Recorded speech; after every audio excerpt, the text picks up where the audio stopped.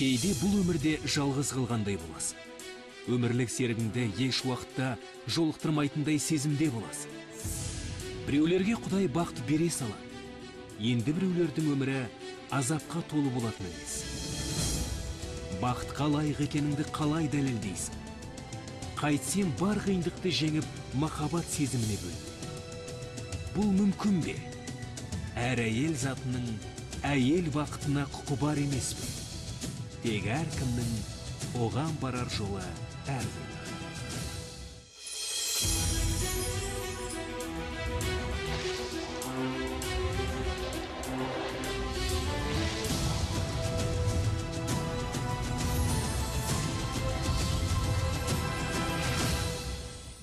Ғазиза мен Дастан Ермекбаевтар үлгілі отбасылардың бірі. Жас жұбайлар 5 жыл бұрын шаңырақ көтерген. Оларда бәрі жақсы болды. Жақын туыстары, адал достары, ешкімге күні қарамай, мұқтажсыз, бақытты өмір сүрді. Бірақ олардың балалары болмады. Ғазиза да, Дастан да жұмыс істейтін. Ғазиза шетел компаниялардың бірінде аудармашы қызметін атқарды. Оған жиі іс-сапарларға шығуға тура келетін. Ал Дастан талантты сәулетші, өзінің жеке студиясы болды. Бірақ соңғы кездері олардың талғаммен жасалған әдемі үйлеріне қара бұлт төнді.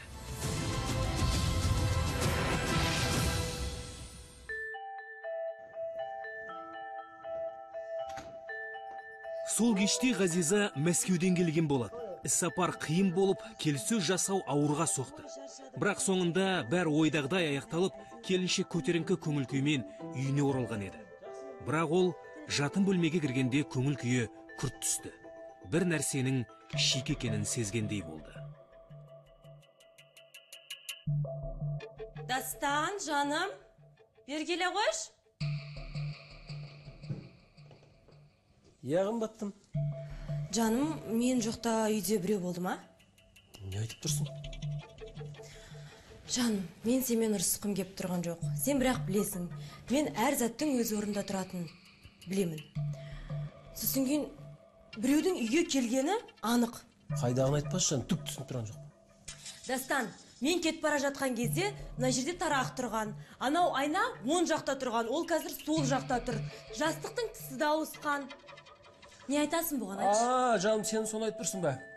Мен сен келет деп үйді жинастырып қойғам. Әйтпесе сен сапардан келген кезде үйді шаң басқан, ыдыс-аяқ жуылмаған деп сен ашуланасың ғой. Сол сенің қамыңды ойлап үй жинағам. Сол кезде шаң сүртем деп айнаны орнынан қозғаған шығармын. Ал жастықтың тісін өзім ауыстырдым. Сен келгенде тап-таза төсекке жатсын деп. Ал суретші? Сурет? Суретке не болды? Дастан, екеуміздің тойдаға түскен суретіміз мына жерде тұрған. Қайда ол, айтшы, қайда? Оны шаң сүртіп жүріп бір жерге қойған шығармын. Жаным, қазір мен қарып көрейін, Ол сурет ешқайда кете қойған жоқ. Суретті мен міне салып қойыппын ғой тартпаға. Көрмесің бе? Жаным, қандай әдемі. Болды. Жаным-ау, қош болды, келесі жолы үй жинамай қош бүйтіп. Өзім шаршап келген кезде біраз ашуыма тиіп алдың ғой. Жарайды. Болды, жарайды. Енді үй жұмысына кіріспеймін. Киімімді ауыстырмай? Жуын, кейін. Шынымды айтсам, мұндай нәрселер маған ұнамайды. Жыныма тиеді. Мен үйдегі әр заттың қай жерде тұрғанын білемін. Сіздер енді мені түсініп тұрған шығарсыздар. Әрине, мен күйеуіме ризамын. Көңілімді көтеріп, ашуланбасын, шаршамасын деп мені уайымдағанына рахмет. Бірақ мен оған келесі жолы үйді жинамай-ақ қой дедім. Не болмаса, заттарды орнынан қозғалтпасын. Әр зат қалай тұр, солай тұра берсін. Келесі күні таңертең кеңседе Ғазиза өзінің жақын құрбысы Эльмирамен кездеседі. Олардың бірге жұмыс істеп жүргендеріне аз болған жоқ. Екеуінің арасында құпия болмаған айырылмастай дос еді. Сондықтан да Ғазиза ойланбастан Эльмираға болған оқиғаны айтып береді. Құрбым, мүмкін мен ауру шығармын. Мен бір жерден оққам. Егер де бір затты бітіп итермелейтін бір өзінің ауру бар екен сондай. Дастан да, ой, үйге бір кір келтірмейтін, бір қылтанақ келтірмейтін таптаза адамсың ғой деп, ол да күліп жүр маған. Онысы рас. Бірақ білмеймін, бұл оқиға мүлдем сенбеймін. Ұнамайды да тұр. Неге? мүмкін мен психологқа жүктеліп көремін. Жоқ, сен мені мүлдем түсінбедің, Ғазиза. Менің айтайын деген бұл оқиғаның арты таза емес. О заманда бұл заман сен еркектердің үй жинағанын көріп пе едің? Үй жинағында тұрған не бар, айтшы? Дастан бұрында үй жинаушы ма еді, соны айтшы. Жоқ, бірақ Сен қазір үйге барасың, басқа бөлмелерге кірген кезде заттардың орнында тұр ма, жоқ па, соны көрші. иә, бірақ басқа бөлмелер заттары сол бетінше тұр. Міне мен саған не айтып тұрмын, а? Ол қалайша үй жинап қалған? Неге екеуінің үйлену тойындағы суреттерінде тыққан? Сонда сен неге мен деп тұрсың, айтшы? Білмеймін. Маған бұл оқиға мүлде ұнамайды. Әрине, Ғазиза, өз өмірің өзіңде ғой, бірақ менде бір күдік бар. Ол жатын бөлмеге біреуді әкелсе ғана осылай болады. Сонда сен не ойлағаның бар? Ойланатын несі бар? Бәрі түсінікті ғой. Жататын бөлмеге біреуді әкелгенде ғана үй жинай бастайды, суреттерін тыға бастайды. Демек, біреуді әкеліп жүр ол үйге. Кофе ішесің ба? Қалайша ол алаңғасырлықпен үйлену тойындағы суретін тығып қояды. Әй, беті қызармасан өтірікті соғып тұр ғой. Еркектердің бәрі бірдей. Иә, шыны керек, менің Дастанға деген көңілім жақсы болатын. Менің Ғазизамның бағы бар екен деп, сонда тәртіпті, ұқыпты жігіт кездесті деп жүретінмін ғой. Ал енді мына оқиға естіп не дейсің? Мен 100%-ға сенімдімін. Ол үйіне қыздар алып келген. Сондықтан да суреті тыққан, көрпенің тісін ауыстырған. Менің де бұрынғы күйеуім солай деп өтірік айтатын. Ал мен оны ұстап алдым. Бұл өмірде есі дұрыс еркекте қалмаған ғой, барлығы иттер. Құрбысының сөздері Ғазизаны тереңінен ойлануға мұқтаж етті. Бір жағынан Дастан ешқашанда әйелінің сенімінен шығып көрмеген. Жаман ойлайтындай себеп те болмаған. Екінші жағынан Ғазиза үнемі үйінде болмай, жиі іс-сапарға кетіп тұрады. Ол не дегенмен шығармашыл адам, суретші, сәулетші, мүмкін өзіне көңілдес тауып алған шығар. Ғазиза не ойларын да білмеді. Мен соңғы кездері біздің өмірімізде күдіктенетіндей не болып еді деп ойладым. Бірақ ойыма ештеңе де келмеді. Осы әлгі анау Мәскеудегі келісім сөздерге бүкіл күшім, бар уақытым кетіп қалды.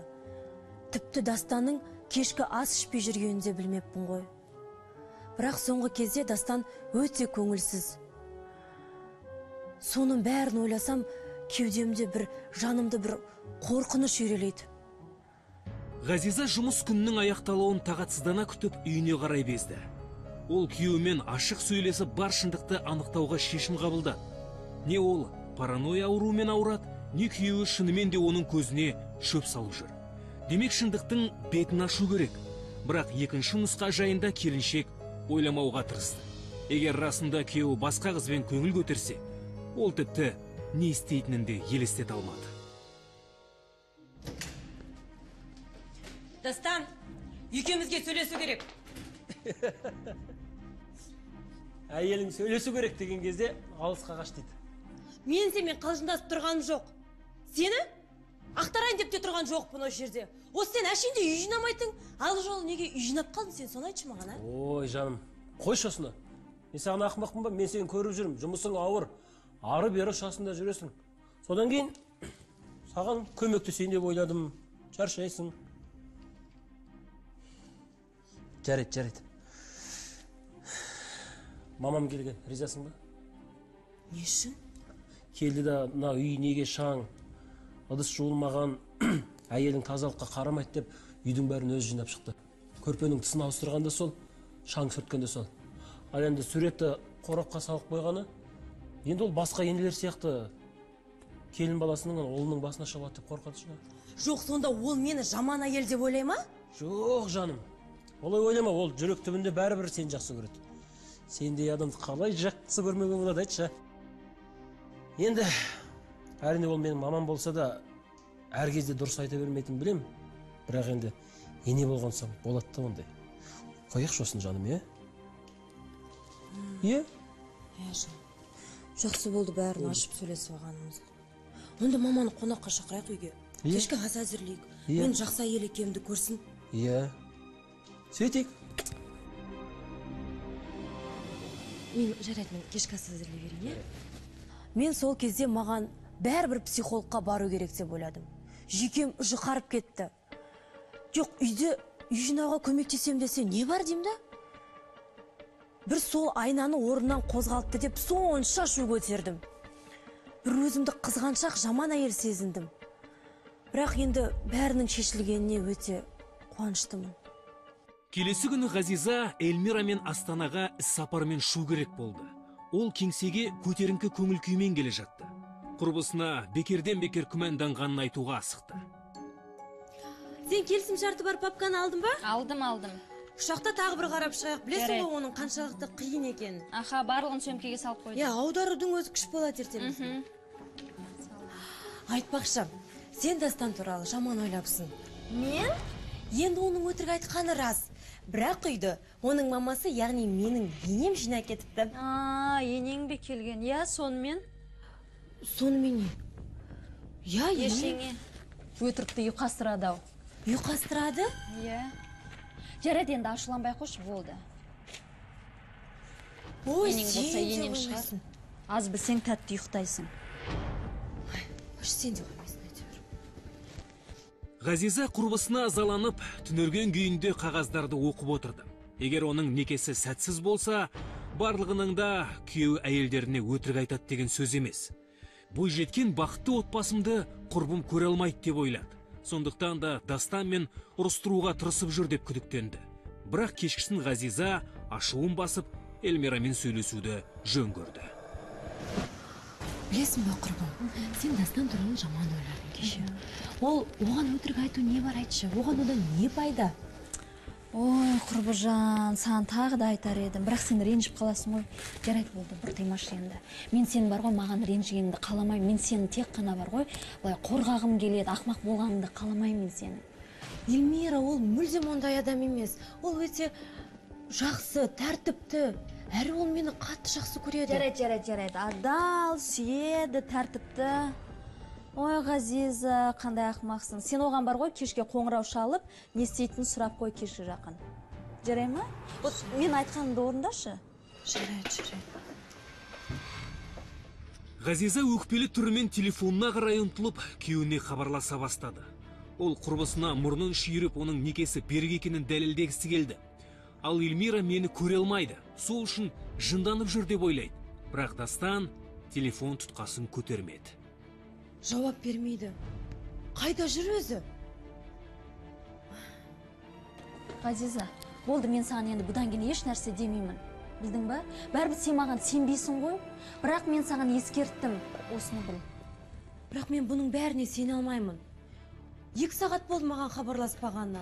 Ол үнемі өзінің ұялы телефонын қалтасында ұстап жүретін. Себебі тапсырыс берушілер хабарласып қалуы мүмкін. Жарайды, енді ашуыңды бас, болды енді. Қойшы осыны жырғып айта бермей.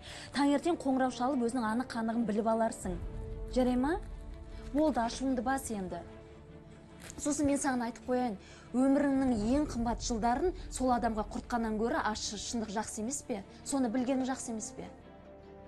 Ой, құрбым, сен бәрің өмірді шешіп қойған сияқтысың ғой. Себебі мен еркектерге сенбеймін. Мен қателессем жақсы ғой, бірақ мен сирек жағдайда ғана қателесем. Түсінің ба?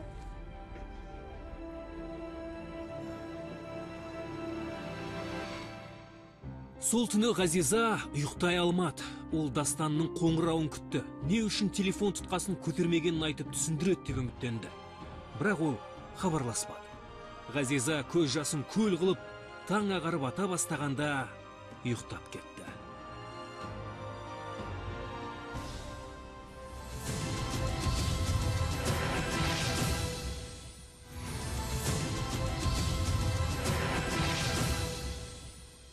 Ғазиза мен Дастан жас жұбайлар, олардың жағдайлары жақсы, бәрі ойдағыдай еді.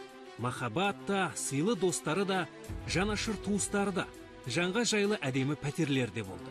Екі жас өмірге бала келу жайында әзірге ойланбайды. Себебі екеуінің де жұмыстары бар, қолдары босамайды. Дастан сәулетші, өзінің жеке студиясы болса, Ғазиза аудармашы. Бірақ бірде Ғазиза өзі жоқта әлдекімнің үйіндегі заттардың орнын ауыстырғанын, тіпті көрпе төсекке дейін араласқанын сезіп қояды. Бірақ Дастан әйелі іс-сапардан келгенше үйді жинап қойғанын айтады. Ғазиза күйеуіне сенеді, бірақ оның жақын құрбысының сөздері келіншекті күмәндандырады. Сонда Дастан үйді Анасы келіп жинат деп түсіндіреді. Ғазиза ашуын басып Астанаға кетеді. Сол кеште күйеуінің телефонына хабарласады. Бірақ ол тұтқаны көтермейді. Келесі күні бозарып ұйқысы қанбаған Ғазиза өз пәтерінің есігін ашып кіреді. Ол іс-сапардан келді. Басын неше түрлі жаман ойлар жаулап алған. Егер Дастан үйде болмаса, полицияға хабарласамын деп жоспарлап келеді. Бірақ ас үйден ұйқысы қанған сергек Дастан шыға келеді.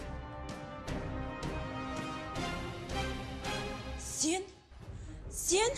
Жаным, не болды? Мен саған кеше түнімен хабарластым ғой. Ұялы телефонына да, үй телефонына да. Неге жауап бермейсің, айтшы? Балапаным мені. Кешірші, мен телефонды көлікке тастап кетпін.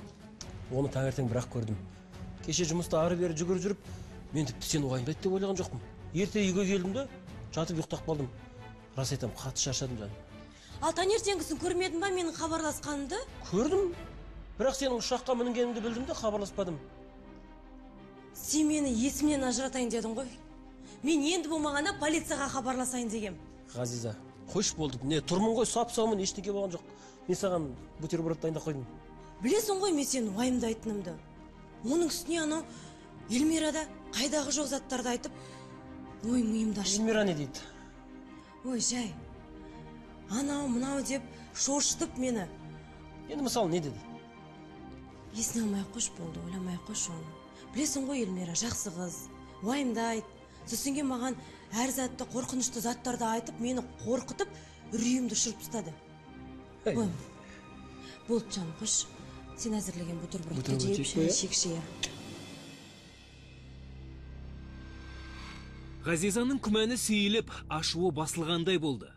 Ол бутербродты жеп отырып күйеуіне қарады. Еш уайымсыз көңілді Дастан. Оның алдауы мүмкін емес.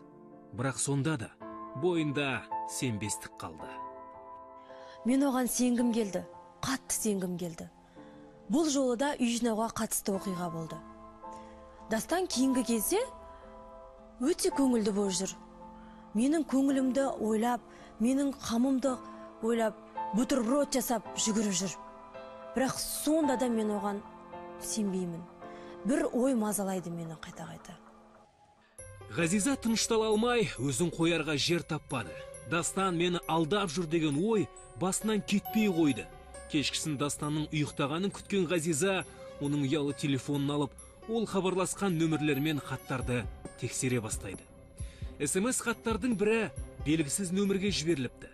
Дастан біреуге жұма күні кешке 5-те деп жазыпты. Оның күйеуі кіммен кездесуі мүмкін? Ғазизаның көңіл күйі түсіп басы қатты.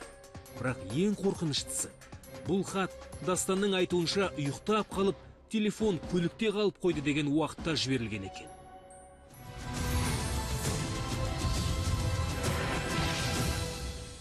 Таңертең Ғазиза күйеуіне ештеңе айтпады. Бүгін оған демалыс болатын. Ал Дастан өзінің студиясына ерте кеткен еді. Келіншек ас үйді жинап шығайын деп ойлайды. Плитада сорпа қайнап жатты. Ғазиза тоңазытқышты түнере жуып жатып ойға шомып кетті. Енді не істеймін деген сұрақ туындады. Кенет аяқ астынан есік қоңырауы соғылды. Ашса, есіктің арғы жағында Ғазизаның енесі, Мәншік Жиенғалиева тұр. Қош келдіңіз. Амансың ба қызым? Амансың ба, қалдарың қалай? Келіңіз, кіре қойыңыз, төрлетіңіз. Дастанжан қайда? Дастан бүгін жұмысқа ертерек кетіп қалды. Бірақ түскі асқа келем деген. Отырыңыз, төрлетіңіз. Мен тамақ дайындап қойып едім, қазір сізге шай құя берейін. Рахмет қызым, рахмет. Қалыңыз қалай? Не жаңалық болып жатыр? Ой, бәрі жақсы балам, бәрі жақсы. Әлгі құрбымның үйіне қонаққа барып едім ғой. Содан оның 3 бірдей немересі бар. Өзің білесің бала деген. Шу, кішкене шаршап келе жатыр. Баланың кішкентай баладан шығып қалған сияқтымын. Тіпті бар ғой, иісінде ұмытып қалайын деппін. Я, балалар деген сондай болады ғой. Шулай береді. Шуласын? Шуласа несі бар? Бала деген бақыт емес пе? Балалы базар деген, баласыз үй мазар деген. Ана менің Әйгерім деген досым айтады. Сен қашан немерелеріңді маған қонақ қалып келесің? Дикке жатады. Мен кімді апарам? Келін, сен неге үндемей қалдың? Әлі сол іс сапармен жүрсің ба? Мен көже дайындап қойып едім. Қазір құйып берейін сізге. Өте дәмді болды. Деген екен ғой, деген екен. Өздерің қалайсыңдар енді? Үндемей қалдың ғой, үндемей қалма сен. Мына тақырыпты ары қарай қозғайық. Сен үйде отырма, отыр, бала ту. Мына отбасын құруың керек. Іс-сапармен жүре бергеннен саған не пайда? Ана Дастанжанды қараш. Тіпті көңілсіз жүр. Я, апа, сіз дұрыс Оның енді бірді екілі. Тәтті болған екен. Достарының бәрінің балалары бар. Ал Дастанжанда кім бар? Артынан еретін ізбасары да жоқ. Білдің бе? Я, апа, сіз дұрыс айтасыз. Мен де бұны ойладым, күнде ойлаймын. Кейінгі кезде Дастанның да көңіл күйі жоқ. Осыны бір баланы ойлау керек еді, бір шешу керек еді. Ойлаңдар, ойлаңдар. Шешіңдер. Мен де немерел болайын. Қашанғы жүресіңдер осылай? Іс-сапар деп. Я, апа, іс-сапармен жүре беріп, негізі мен жаман әйелмін, апа. Айтпақшы, апа, алдыңда сіз үйді жинап кетіпсіз ғой, шандарды сүртіп кетіпсіз. Сізден қатты ұялып жүрмін, апа. Не деп тұрсың? Немене ол? Маған Дастан бәрін айтты. Сіз үйдің бәрін шаңын сүртіп, жинап кетіпсіз. Әрі мені өте салақ, нашар әйел деп айтып кетіпсіз. Қарағым, мен сенің тірлігіңе араласпаймын. Білдің бе? Не істейсің, қалай өмір сүресің, өзің біл. Яғни мен сенімен бар ғой, бір трәпкіні бірге бөліспеймін. Білдің бе? Мен немене? Басқа жұмысым жоқ дейсің бе? Сол сәтсе, екі көзім қара өтіп кетті. Қалай сонда? Не болып кетті өзі? Неге бұның бәрі менің өмірімде болып жатыр? Дастан маған өтірік айтып жүр. Телефонымды да машинада ұмытып кеттім дейді. Бірақ оның бәрі өтірік қой. Неге ол соншалықты маған өтірік айтып жүр, а? Енесін шығарып салған соң, Ғазиза біраз уақыт қимылсыз бір нүктеге қадалып та қалды. Болған нәрсеге сене алмады. Ол қатты сенетін сүйікті жары осыншама уақыт ұялмай өтірік айтып келді. Ғазиза телефонын алып, сол кезде тек жалғыз түсінетін адамына хабарласты. Алло, Эльмира, құрбым қалайсың? Эльмира, бүгін екеумізге біздің саябақта кездесу керек. Я, көңіл күйім жоқ. Я, мен саған бәрін түсіндіріп айтып беремін. Кездескенше. Сау бол. Ғазиза есінен танған адамша мелшиіп, қолына ілінген киімді ала салды. Іші өрттей жанып, алай-дүлей болып барады. Осы күйеуімен Эльмира екеуі түскі уақыт кезінде жиі баратын саябаққа келіп, өздері емденіп алған орындықтарына отырды. Көп замай Эльмира да келіп жетті. Ғазизаның айтқандар мен таңғалдырған жоқ. Егер шынымды айтса, мен осыны күткен едім. Мен оған басында айттым ғой, қатты сенгіш болмау керек деп. Мамам жинап кетті дейді. Қалай ол жинайды? Менің де енем болды. Ол үй жинамақ тұрмақ әдейі келіп шашатын, мені артық қимылдасын деп. Енелерінің барлығы сондай. Тек сүйікті балаларының жағдайы жақсы болса болды. Міне, бәрі де осылай болды. Мен саған енді бәрін айтып бердім. Енді не істейміз? Білмеймін не істейтінімізді бар ғой, білмеймін деген. Мен саған баяғыда айттым ғой, Ғазиза, сенбе, сен аңқау болма деп. Жарайды қойшы, қысқасы, біз бір нәрсені анықтап алуымыз керекпіз. Қайтеміз сонда? Қайткенде былай ғой, Дастаннан қазір сұрағаннан еш пайда жоқ. Ол тағы да айтады, саған қырғы өтірігін, оған отырасын, сен аузыңды аңқайып сеніп. Отыр енді маңғыт, аузыңа саңғыт деп.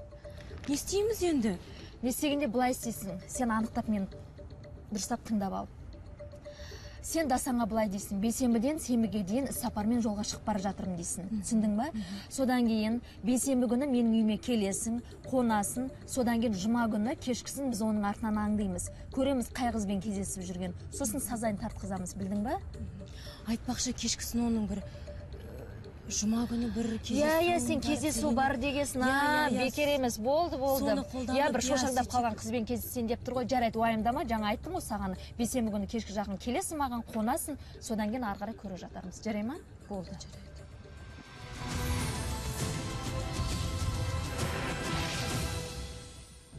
Жұма күні кешкісін Ғазиза Эльмираның көлігіне отырды. Себебі өзінің автокөлігін Дастан байқап қоюы мүмкін. Сөйтіп үйден шыққаннан бастап артынан аңдып келді. Дастан өз көлігімен шықты. Ғазиза оның артынан қауіпсіз қашықтықты ұстап келе жатты. Артынан аңду қиын болған жоқ. Себебі кешкі жұма нағыз кептеліс орнаған уақыт. Ал Дастан қала шетіне қарай жүріп келеді. Бір сағаттан кейін жігіт қарапайым көп қабатты үйлердің бірінің есік алдына көлігін қойды. Оның біреуге қонаққа келгені түсінікті болды. Ол жерде ешқандай да кеңсе жоқ. Кәдімгі көп пәтерлі үйлер. Содан мен көліктен шықтым да талдардың арасына жасырынып қарап едім, оны бір жас қыз күтіп алды. Екеуі дым болмағандай құшақтасып үйге кіріп кетті. Сол кезде көзіме шөп салып жүргені анық болды.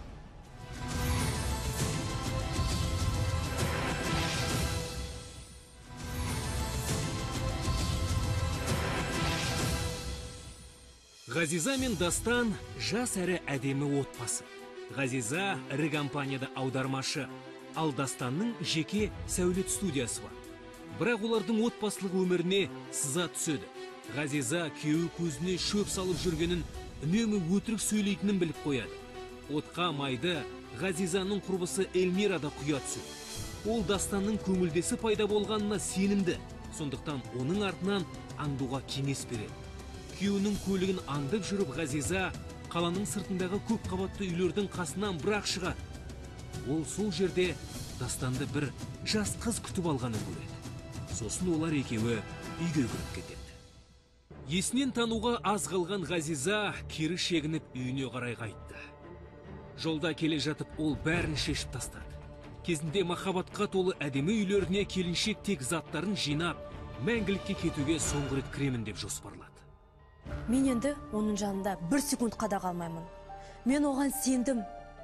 Ауыл болса қырық өтірік айтты маған. Сол кезде келе жатып жолда құрбыма Эльмираға қоңырау шалдым.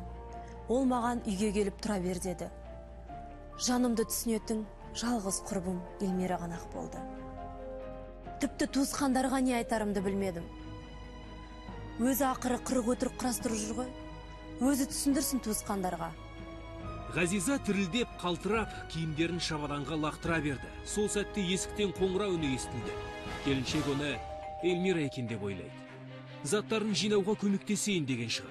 Немесе көрші, тұз немесе басқа бір нәрсе сұрайын деген шығар. Есікті ашса, енесі Мәншік Жиенғали қызы тұр. Қызым, не болып қалды? Көзің не қызарып кеткен? Не болды жан? Апа, мен кетем Дастаннан. Тұрмаймен Дастанмен. Не болды? Қайда кетесің? Жерді ашуын демес. Апа, Дастан маған қырық өтірігін айтып жүр. Оның басқа әйелі бар екен. Қайдағы басқа ел? Не айтып тұрсың өзің? Жарайды, жүр. Ана жолы ол сізді келіп үй жинады деді. Біздің фотомызды да сіз тықты деп айтты. Мен оның ұялы телефонына қоңырау жасам, үнемі телефонын алмайды. Сосын кейін мен оның артынан аңдыдым. Оны бір қыз күтіп алды. Екеуі шақтасып үйге кіріп кетті. Тоқта, сен не айтып тұрсың өзі? Мен түк түсінсем бұйырмасыңдар ғой. Ой, жаным, жүр. Сосын маған рет-ретінде айтып берші, су ішіп ал кішкене. Дұрыстап отыршы. Сенен мен болған енді осыдан кейін. Ой, қарамай қайтейін. Ғазиза маған барлығын рет-ретімен айтып берді. Оны тыныштандыру мүмкін емес еді. Мен оған жауапқа не айтам? Енді өзі кінәлі бәріне. Есі дұрыс әйел үйде отырады, бала тәрбиелейді. Ал ол не істеді? Ары-бері жүргеннен басқа дым білмейді. Мен оған ескерттім. Үнемі айтып жүрем. Мені кім тыңдасын? Қазіргі жастар қалай өмір сүретінімізді өзіміз білеміз деп санайды. Ешқашан үлкенді тыңдамайды ғой. Тыңдамайды. Не болып қалды деймін саған айтам. Не болып қалды? Сіз неге олай айтасыз? Мен кінәлі емеспін ғой. Кінәлісің дедім бе, кінәлісің. Неменеге көзің жасын көл қылып төгіп тұрсың енді маған? Ана күйеуінің артынан аңдығанша ғой. Менің айтқанымды істесең, осы күні бір-екі баланы тауып тастар едің де, отырар едің үйде рахаттанып. Сонда артынан сен қал дегендер болмас еді ғой. Ол мені алдады. Ол жақсы еркек білдің бе? Мына сен сияқты не істеп не қойып жүргенін білмейтін, шақтан ұшып жүрген әйел емес, оған жақсы әйел керек. Неге ол алдында айтып, осылай айтпады. Мені кемсітуге лайықты емеспін ғой мен. Лайықтысың, өзің кінәлісің. Білдің бе? Жоқ, мен тұра алмаймын. Мен енді сенбеймін Дастанға. Неге? Осы сәтте олар үйдің кілті бұралып жатқанын естиді. Дастан үйге келіп, жатын бөлменің кіре берісінен өз көзіне өзі сене алмай тоқтап қалады. Келдің бе? Жарайды, мен кетейін. Өздерің сөйлесіңдер. Енді қызым, мен саған айтарымды айттым. Білдің бе? Ар жағын өзің ойлан, өзің шеш.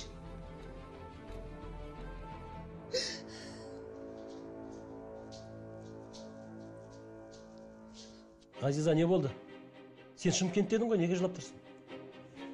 Мына чабадандар неге шашып тағасың? Керісінше, мен кетейін деп жатырмын. Түсінбедім. Сенің қырық өтіріктеріне тойдым. Тағы өтірік айтуға келдің ба маған? Айғайлай берме, түсіндірші. Нені түсіндірейін саған? Сен маған алдында айтқансың. Анамыз келіп үйді жинап кетті. Ана суретті де мамам тығып кетті деп. Ол бір ма? Екіншіден, сен телефоныңды машинада көлікте таста кеттім деген кезде сен SMS жазғансың біреуге. Мен соны да оқыдым. Үшіншіден, мен сені бүгін андыдым. Сен бір қызбен құшақтасып үйге кіріп кеттің. Ал оған не айтасың? Айтшы маған, не айтасың? Түсінікті. Эльмира ғой сенің басындағы тұрған, не? Не қып сен Эльмирадан көресің, неге біреуден көресің? Сен өзіңдікін бір мезгіл мойындашы, мойындаш. Сен басқа елің бар. Жаным, қайдағы басқа ел? Не айтып тұрсың? Жаным, тыңда да ашуыңды бас. Иә, мамам келіп үй жинады. Сен білесің ғой оның қандай адам екен. Ол ешқашан оны мойындамайды. Тіпті біз ажырасып жатсақ та мойындамайды. Өйткені сондай адам. Ал телефон ше? Телефон. Иә, мен телефонға SMS жаздым. Ол өзі бір қырсық клиент. Иә, мен мойындаймын, телефонымды көлігіме қалдырған жоқпын. Жай үйге келдім де қатты дым сезбей шаршап ұйықтап қаптым. Содан соң оянған соң жаңағы клиентке жауап жаздым, ол өткені күні бойы мазамдалды, үйімді қашан келіп көресің деп. Ал саған ертең хабарласам деп ойладым. Жаным, кешірші мені. Қойшы, сен бәрібір өтірік айтасың. Өтірік алдамаймын, жаным. Тыңда да ашуыңды бас. Менікі дұрыс емес шығар, бірақ анамдікі дұрыс. Анам дұрыс айтады, біз уақытымыздың бәрін жұмысқа жібереміз, енді жұмыс туралы ойлауды тоқтату керек. Содан соң отбасымыз жайлы кішкене ойлану керек. Қыздармен қыдырғанша осының бәрін бұрыннан ойлану керек еді. Жаным, түсіндіріп айттың ғой, ол клиент. Ол өзі жақсы тапсырыс болды. Осы тапсырысты орындап біткен соң екеуміз демалуға барамыз. Европаға барамыз, Вьетнамға барамыз. Жаным, айтшы, қайда барғың келеді? Ешқайда да. Маған сенің ең бастысы өтірік айтқаныңды қойғаның болғаны. Жаным, өтірік айтпаймын енді. Екеуміз демалуға барамыз. Отбасымыз туралы ойланамыз. Екеуміз есінде ме, армандаушы ма? Ұлымыз болады, содан соң екі қызымыз болады деп. Балалы боламыз. Осы демалса соның бәрін қолға аламыз. Жарай ма, жаным? Сен сонда қыздарға бармадың ба? Жаным-ау, балапаным-ау, қайдағы қыз? Мен сенен басқа ешкімді сүймеймін ғой, жаным. Мен ештеңкеге қарамастан оған сенгім келді. Ол маған шынайы, жылы сөзбен айтты. Бір аптадан кейін екеуміз демалысқа барамыз деді. Мен қалаған жаққа. Екеуміздің баламыз болады, барлығы де жақсы болады деді. Мүмкін мен жоқ жерден өзім шу шығарып алған шығармын. Негізі әр заттың өзінің жауабы бар ғой.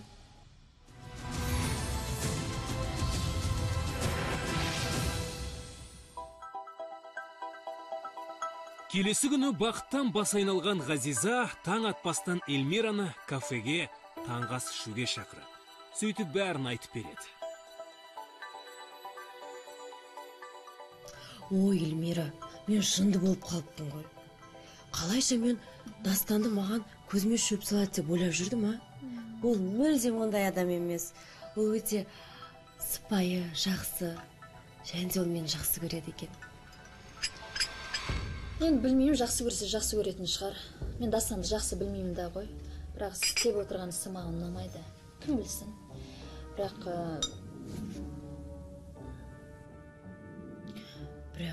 Не бірақ, айтшы, Эльмира, не бірақ? Сен маған айтшы, ана Тыныш аудандағы көп қабатты үйлерге барып денімесе? Я, не бопты? Не болғанда бұлай? Сен екеуінің шетелге барып демалуларың ақша беретіндей бай клиент қайдан тұруы мүмкін? Ол жақта тек қана кедейлер ғана тұрады. Кедейлердің анау 6 метрлік ас үйі бар жұпыны пәтерлеріне. Суретші, сәулетшіге тапсырыс қайдан береді? Оларда ақша қайдан? Мүмкін ол байдың қызы шығар. Есіріп кетпесін деп сондай жерден үй алып берген шығар. Әрбірден соң ол сәулетшінің ақшасын берем депті. Ғазиза, сенің аңқаулығыңа бар ғой, дауа жоқ қой. Сен тіпті ана күйеуіңді ақтап алу үшін не бір әңгімелерді ойластыруға дайын тұрсың ғой. Эльмира, сен қайттан бастадың ба? Не бастаған? Мен ба бастаған, сен ғой. Әрбірденге мен сені ойлап отырмын. Сосын ана мамасына айтқан әңгімесі жалған шығар. Білмеймін, менің құлағыма симай тұр. Енді о кісі бәрін мойындады. Айтты, мүмкін көкіректенген шығар. Ғазиза, көп сөйлемеші, а? Қандай ана өзінің көкіректігін сақтап қалу үшін баласының отбасын бұзады, а? Есі дұрыс ана мойындар еді, тіпті олай жасамаса да. Сен енді о кісіні білмейсің ғой. Мен оны білгім де келмейді. Білесің ба, мен оны білгім де келмейді. Үнемі сендердің өмірлеріне араласып та жүреді. Немере сұрап қалған екен, жұмыста айтады екен. Сонда үй жинауға ұялып қалып па, сендердің өмірлеріне араласпау үшін? Күлкімді келтірмеші мені. Сен әркез осылай айтқан сайын мен ойланып қалам. Бұл жерде бір таза емес бұл жер негізі. Сен ойлан, сол үшін сен ойлан кішкене мына миыңды қосып. Мен сенің орында болсам ақшасын тексеретін едім. Сендерде бір енді отбасылық бюджет дегендей бар шығар. Сосын біліп қой, мына еркектерде жас қыз пайда болса, соңғы ақшасына дейін құртуға дайын ғой. Я, бар бірақ енді. Міне сол үшін тексер. Менікі қате болса екен деп тілеймін, Ғазиза. Бірақ мен сирек жағдайда ғана қателесем. Мен мына еркек атаулыға сенбеймін. Себебі менде тәжірибе деген былай. Жоқ, сонша қалай ақмақ болуға болады? Ана жынды мына байқұсын көзін бақырайтып қойып алдап жүріпті. Анау аңқау аузы ашылып сене береді ғой. Тіпті көзімен көріп, өзге қызбен құшақтасқанын көріп тұрса да айтқанына сеніп тұр ғой. Құлағыны өтірікті ілген, Вьетнам, Таиланд, Балату, бәрі. Ой, жынды қыз, еркектердің бәрі бірдей, олардың өздері де, әйелдері де ақмақ. Жоқ, мен тек оның көзін ашқым келді. Ғазиза үйіне ашулы әрі батылдана келді. Бет жүзіндегі таңғы бақытты көңіл күйінен бірде-бір із қалмаған. Дастан тағыда таң атпастан әлгі қырсық клиентке кеттім деп асығып кетті. Сондықтан да Ғазизаға шындықтың бетін ашуға ештеңе кедергі болмады. Жатын бөлмедегі шкафтағы қаңылтыр қорапқа Ғазиза артық ақшаларын салып қоятын. Қазір ол жерде $20,000 жуық ақша болу керек. Бірақ Ғазиза оны ашып, ішіндегі ақшаны санағанда тек $15,000 шықты. Ғазизаның көңілі су сепкендей басылды. Дастан көңілдесіне отбасының маңдай терімен тапқан ақшаларын жарататын нағыз су айты.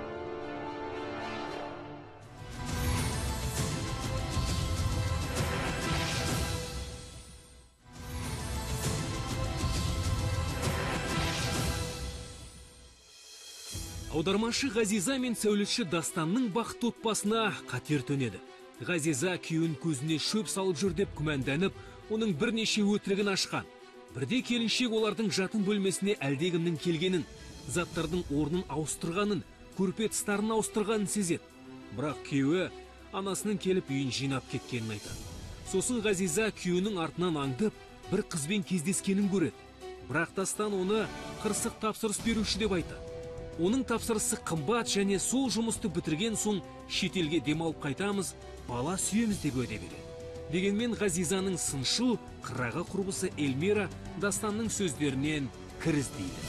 Ол құрбысына отбасылық қорды тексер деп кеңес береді. Сасқалақтаған әйел ақша жинайтын қаңылтыр қорапта $5000 жетпей тұрғанын көреді. Ақша жоғалғанын түсінген Ғазиза жылаған да жоқ. Енді тек шексіз ашудан басқа сезім қалмаған ұқты. Ол өтірікші күйеуінің бетіне бар өтірігін жайып салғысы келді. Бірақ Дастанның телефоны байланыс аясынан тыс жерде болды. Сонда Ғазиза Дастанның әлгі көп қабатты үйдегі пәтерін қайта жөндеуге тапсырыс берген қырсық клиентке бара жатқанын есіне түсірді. Мүмкін оның кеңсесіндегі қызметкерлер ана қыздың нөмірін білетін шығар, деп ойладым. Мүмкін Дастан алдын ала хатшы қыз қайтып қойған шығар, мен хабарласқан кезде не айту керек екен. Негізі мен сирек хабарласатынмын. Сонда да мен оның нөмірін теріп, ашуымды басып хабарласып көрейін дедім. Оның үстіне Дастан да келіп қалуы мүмкін қазір. Алло? Мен сізді тыңдап тұрмын. Алло, сәлематсыз ба? Мені Дастан Темірбекұлымен қосып жібересіз ба? Кіммен? Дастан Темірбекұлымен. Кешіріңіз, бізде ондай қызметкер жоқ. Сіз нөмірмен қателестіңіз. Ғазиза оған онша бас қатырмады. Себебі шынымен де нөмірді қате тердім деп ойлады. Ол тағы да телефонды алып, күйеуінің кеңсесінің телефон нөмірін мұқият терді. Алло? Бұл тағы да сіз бе? Сіз мен неге жынды қылдырып тұрсыз? Мені міндетті түрде тез Дастан Темірбекұлымен қосып жібердіңіз. Сіз қайда хабарласып тұрсыз өзі? Мен өзімнің күйеуімнің кеңсесіне хабарласып тұрмын. Бойжеткен, мен сізге 100 рет айттым. Ондай сәулетші жоқ мұнда. Айғайламаңыз, сосын бұл жерге хабарласпаңыз. Алло? Ғазиза қайта-қайта телефон соқты. Бірақ ол нөмірдегілер оның даусын ести салысымен тұтқаны қойып отырды. Ғазиза өзін жынданып бара жатырмын ба деп сезінді. Ғазиза Эльмираға хабарласты. Осының барлығын бұрын басынан өткендей сезінді. Қорқынышты түс, сұмдық оқиғалар жалғаса берді. Алло, Эльмира? Не болды? Сенің айтқаның айдай келді. Үйде $5000 жоқ. Қоңырау шалсам, көтермейді. Кеңсесіне қоңырау шалсам, бір тышқан телефонды алады да, ол бұл жерде жұмыс істемейді дейді. Болды. Шаршадым мен әбден. Түсінгім де келмейді әрі қарай. Қазір мен киімдерімді жинаймын да сенікіне келем. Осы мен бәрін қояйықшы болды. Күт мені, жарай ма? Есік тарс етіп ашылып жабылғанда Ғазиза заттарын жинап жатқан еді. Бірақ бұл жолы ештеңе тыңдағысы келмеді. Тағы да кезекті өтірігін естуге дәті бармады. Не істеп жатсың? Жиналып жатырмын. Бұл жол мен нақты шештім. Кетем мен, болды. Ғазиза, Жолыңа тұрмашы. мен шындықты айтам. Шындықты? Дастан, сен маған шындықты айтсаң бар ғой, я? Аспан жерге түсіп кетер. Күлме, Ғазиза, мен ұялдым, содан соң айта алмай жүрмін шындықты. Ұялдым? Сен ұятсыз емессің ба? Өтірік айтып мені алдап біткен жоқсың ба сен? Не айтпақшысың маған, айтшы, не айтасың? Маған ана шетел туралы айтасың ба? Европа, екеуміздің баламыз болады. Не айтасың маған? Кеңседегі қызың туралы айтасың ба? Ғазиза, бәрін тыңдашы, мен қазір осы жол тек шындықты айтам, содан соң барып шешім қабылда. Жарайды. Кроссовкем қайда?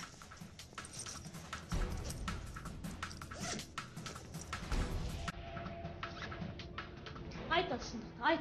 Не айтасың? Тыңдап тұрмын, я? Айт. Мен банкрот болдым. Не? Банкрот болдым, мен құрыдым, студияны жоғалттым мен. Түсінбедім.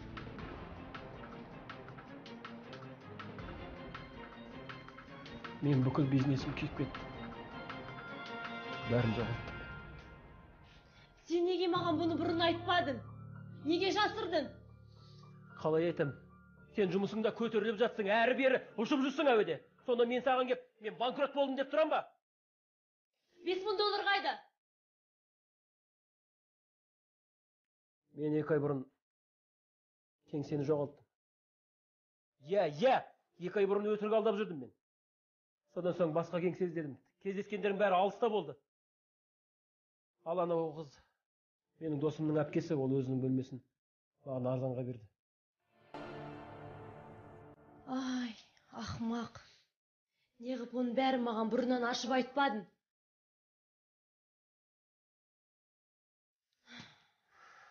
Не істейміз енді?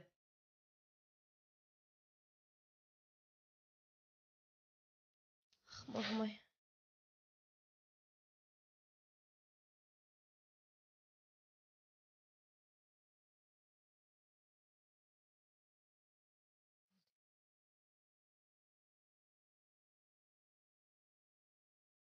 Батыста шіркеуде неке қиғызарда дін қызметшісі былай деп айтады екен: ауырсаң да, сау болсаң да, қайғыда да, қуанышта да деп. Әрине бұл батыстың ісі, бірақ бұл шындық. Отбасы дегеніміз тұтас бір мемлекет. Табыста да, сәтсіздіктерде де бірге болу. Мен осы туралы ұмытып, отбасымды жоғалтуға шақ қалдым. Қалған өміріме сабақ алдым. Есесіне, осындай әйел жолыққан, мен өзімді сондай бақытты еркек екенімді түсіндім. Менікі де дұрыс емес. Мен өз жұмысым жайлы көп ойлаймын. Мансап қуып, отбасымды дамытып кеттім. Сөйтіп жүріп, өзіме ең қымбат жандардың осындай халге ұшырағанына қатты өкінем. Мен бәрін түсіндім. Егер де мен жақсы әйел болсам, ол маған өтірік айтпайтын еді. Мен бәрін де түсіндім. Ғазиза көп нәрсені мойындап, жете түсінуіне тура келді. Өзін қаншалықты заманауи әйелмін деп сезінсе де, отбасы үшін әлденені құрбандыққа шалу керектігін түсінді. Отбасылық дағдарыстың 1 жылдан кейін Ғазиза мен Дастанның Әнуар есімді ұлдары өмірге келді. Мәншүк Жиенғали қызы бақыттан басы айналып, баласы мен келініне тұңғыштарын өсіруге көмектесті. Ол Ғазизаға жартылай жұмысқа оралуына мүмкіндік берді. Тек ана ретінде ғана емес, аудармашы ретінде де пайдам тисін деп ойлады. Бірақ ол бұрын күйеуіне табысты бизнесін қайтаруға көмектесті. Дегенмен ең бастысы, келіншек отбасын жұмысы үшін құрбандыққа шалуға болмайтынын түсінді. Ал Дастан өмір берген сабақты ешқашанда ұмытпайды.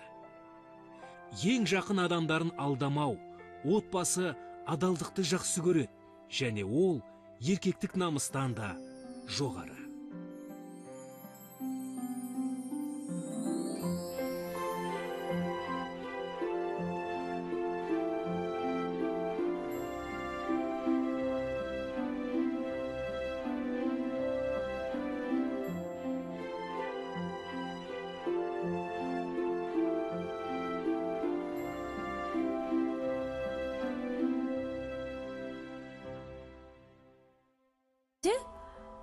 Өте көңілді болып жүр.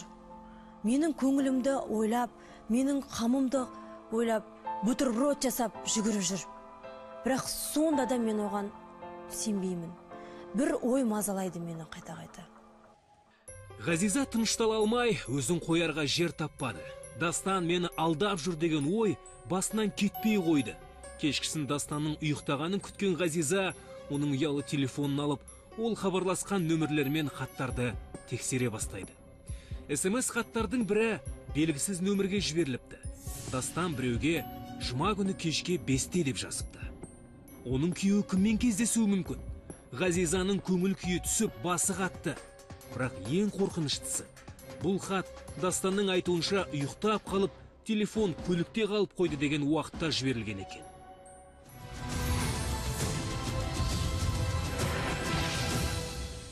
Таңертең Ғазиза күйеуіне ештеңе айтпады. Бүгін оған демалыс болатын. Ал Дастан өзінің студиясына ерте кеткен еді. Келіншек ас үйді жинап шығайын деп ойлайды. Плитада сорпа қайнап жатты. Ғазиза тоңазытқышты түнере жуып жатып ойға шомып кетті. Енді не істеймін деген сұрақ туындады. Кенет аяқ астынан есік қоңырауы соғылды. Ашса, есіктің арғы жағында Ғазизаның енесі, Мәншүк Жиенғалиева тұр. Қош келдіңіз. Амансың ба қызым? Амансың ба, қалдарың қалай? Келіңіз, кіре қойыңыз, төрлетіңіз. Дастанжан қайда? Дастан бүгін жұмысқа ертерек кетіп қалды. Бірақ түскі асқа келем деген. Отырыңыз, төрлетіңіз. Мен тамақ дайындап қойып едім, қазір сізге шай құя берейін. Рахмет қызым, рахмет. Қалыңыз қалай? Не жаңалық болып жатыр? Ой, бәрі жақсы балам, бәрі жақсы. Әлгі құрбымның үйіне қонаққа барып едім ғой. Содан оның 3 бірдей немересі бар. Өзің білесің бала деген. Кішкене шаршап келе жатыр. Баланың кішкентай баладан шығып қалған сияқтымын. Тіпті бар ғой, есімді ұмытып қалайын деппін. Я, балалар деген сондай болады ғой. Шулай береді. Шуласын? Шуласа несі бар? Бала деген бақыт емес пе? Балалы базар деген, баласыз үй мазар деген. Ана менің Әйгерім деген досым айтады. Сен қашан немерелеріңді маған қонақ қалып келесің? Дитке жатады. Мен кімді апарам? Келін, сен неге үндемей қалдың? Әлі сол іс сапармен жүрсің ба? Мен көже дайындап қойып едім. Қазір құйып берейін сізге. Өте дәмді болды. Деген екен ғой, деген екен. Өздерің қалайсыңдар енді? Үндемей қалдың ғой, үндемей қалма сен. Мына тақырыпты ары қарай қозғайық.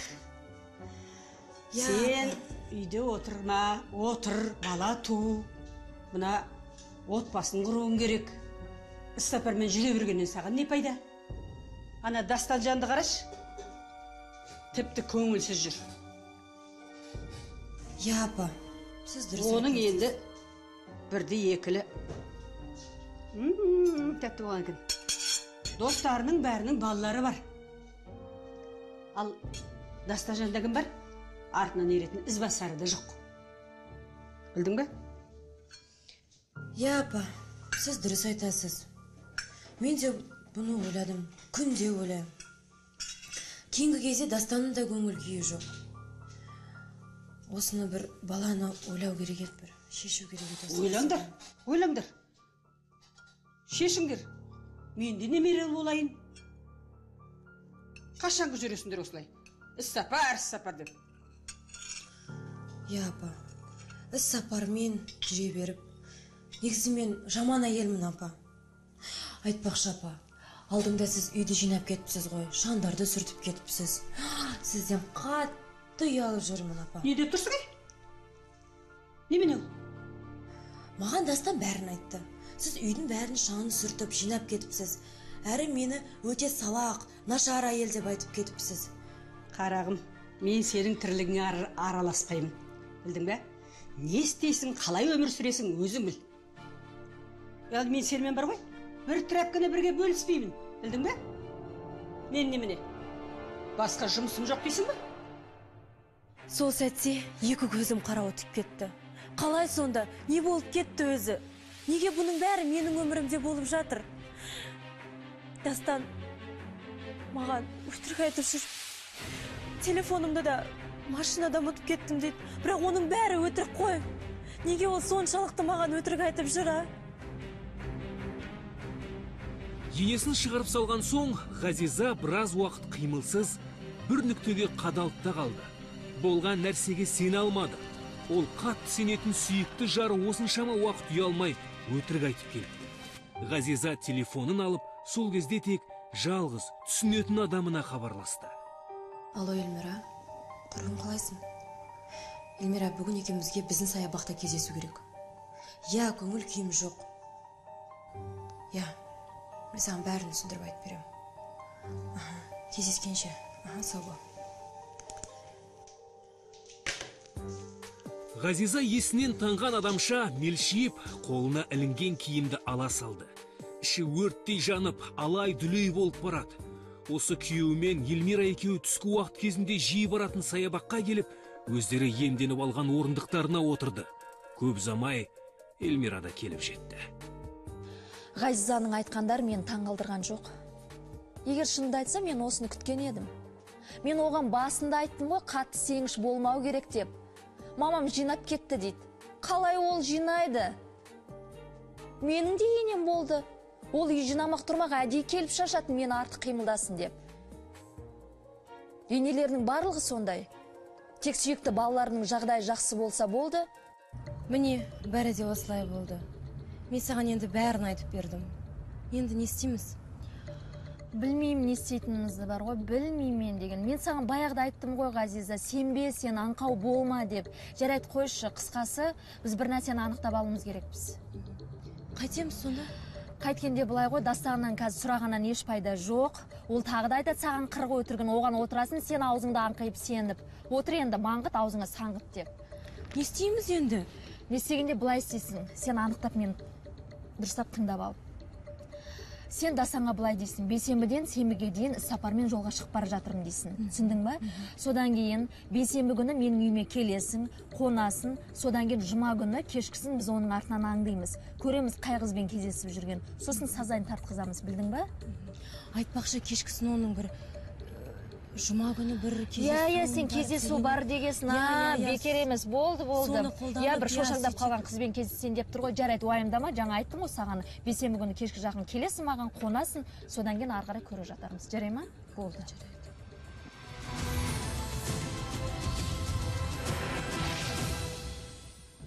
Жұма күні кешкісін Ғазиза Эльмираның көлігіне отырды. Себебі өзінің автокөлігін Дастан байқап қоюы мүмкін. Сөйтіп үйден шыққаннан бастап артынан аңдып келді. Дастан өз көлігімен шықты. Ғазиза оның артынан қауіпсіз қашықтықты ұстап келе жатты. Артынан аңду қиын болған жоқ. Себебі кешкі жұма нағыз кептеліс орнаған уақыт. Ал Дастан қала шетіне қарай жүріп келеді. Бір сағаттан кейін жігіт қарапайым көп қабатты үйлердің бірінің есік алдына көлігін қойды. Оның біреуге қонаққа келгені түсінікті болды. Ол жерде ешқандай да кеңсе жоқ. Кәдімгі көп пәтерлі үйлер. Содан мен көліктен шықтым. Содан кейін саған көмектесейін деп ойладым. Шаршайсың. Жарайды. Мамам келген, ризасың ба? Не үшін? Келді да, мына үй неге шаң, ыдыс жуылмаған, әйелің тазалыққа қарамайды деп үйдің бәрін өзі жинап шықты. Көрпенің тысын ауыстырғанда сол, шаң сүрткенде сол. Ал енді суретті қорапқа салып қойғаны, енді ол басқа енелер сияқты келін баласының ұлының басына шығады деп қорқады шығар. Жоқ, сонда ол мені жаман әйел деп ойлай ма? Жоқ, жаным. Олай ойлама, ол жүрек түбінде бәрібір сен жақсы көреді. Сендей адамды қалай жақсы көрмеуге болады, айтшы. Енді әрине ол менің мамам болса да, әр кезде дұрыс айта бермейтін білем. Бірақ енді ене болған соң болады да ондай. Қояқшы осын жаным, е? Е? Жақсы болды бәрін ашып сөйлесіп алғанымыз. Онда маманы қонаққа шақырайық үйге. Кешкі ас әзірлейік. Мен жақсы әйел екенімді көрсін. Е. Сөйтейік. Жарайды, мен кешкі ас әзірлей берейін, е? Мен сол кезде маған бәрібір психологқа бару керек деп ойладым. Жүйкем жұқарып кетті. Жоқ, үйде үй жинауға көмектесем десе не бар деймді? Бір сол айнаны орнынан қозғалтты деп сонша шу көтердім. Бір өзімді қызғаншақ жаман әйел сезіндім. Бірақ енді бәрінің шешілгеніне өте қуаныштымын. Келесі күні Ғазиза Эльмира мен Астанаға іс-сапармен шу керек болды. Ол кеңсеге көтеріңкі көңіл күймен келе жатты. Құрбысына бекерден бекер күмәнданғанын айтуға асықты. Сен келісім шарты бар папканы алдың ба? Алдым. Ұшақта тағы бір қарап шығайық. Білесің ғой оның қаншалықты қиын екен. Аха, барлығын сөмкеге салып қойдым. Аударудың өзі күш болады ертеңгісін. Айтпақшы, сен Дастан туралы жаман ойлапсың. Мен? Енді оның өтірік айтқаны рас. Бірақ үйді оның мамасы, яғни менің енем жинап кетіпті. Енең бе келген? Я, сонымен? Сонымен не? Я, Ешеңе. Өтірікті ұйқастырады ау. Ұйқастырады? Иә. Жарайды, енді ашуланбай қойшы, болды. Ой, енең болса енең шығар. Аз білсең тәтті ұйықтайсың. Сен де қоймайсың әйтеуір. Ғазиза құрбысына азаланып, түнерген күйінде қағаздарды оқып отырды. Егер оның некесі сәтсіз болса, барлығының да күйеу әйелдеріне өтірік айтады деген сөз емес. Бой жеткен бақытты отбасымды құрбым көре алмайды деп ойлады. Сондықтан да Дастан мен ұрыстыруға тырысып жүр деп күдіктенді. Бірақ кешкісін Ғазиза ашуын басып, Эльмирамен сөйлесуді жөн көрді. Білесің ба, құрбым, сен Дастан туралы жаман ойладың кеше. Оған өтірік айту не бар, айтшы? Оған одан не пайда? Ой, Құрбыжан, саған тағы да айтар едім, бірақ сен ренжіп қаласың ғой. Жарайды болды, бір тыймаш енді. Мен сен бар ғой, маған ренжігенді қаламаймын. Мен сені тек қана бар ғой, былай қорғағым келеді, ақмақ болғаныңды қаламаймын мен сені. Эльмира, ол мүлдем ондай адам емес. Ол өте жақсы, тәртіпті. Әрі ол мені қатты жақсы көреді. Жарайды. Адал, сүйеді, тәртіпті. Ой, Ғазиза, қандай ақмақсың. Сен оған бар ғой, кешке қоңырау шалып, не істейтінін сұрап қой кешке жақын. Жарай ма? Вот мен айтқанымды орындашы. Жарайды. Ғазиза өкпелі түрімен телефонына қарай ұмтылып, күйеуіне хабарласа бастады. Ол құрбысына мұрнын шүйіріп, оның некесі берік екенін дәлелдегісі келді. Ал Эльмира мені көре алмайды, сол үшін жынданып жүр деп ойлайды. Бірақ Дастан телефон тұтқасын көтермеді. Жауап бермейді. Қайда жүр өзі? Ғазиза, болды, мен саған енді бұдан кейін еш нәрсе демеймін. Білдің ба? Бәрібір сен маған сенбейсің ғой.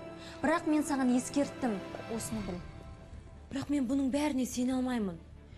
2 сағат болды маған хабарласпағанына.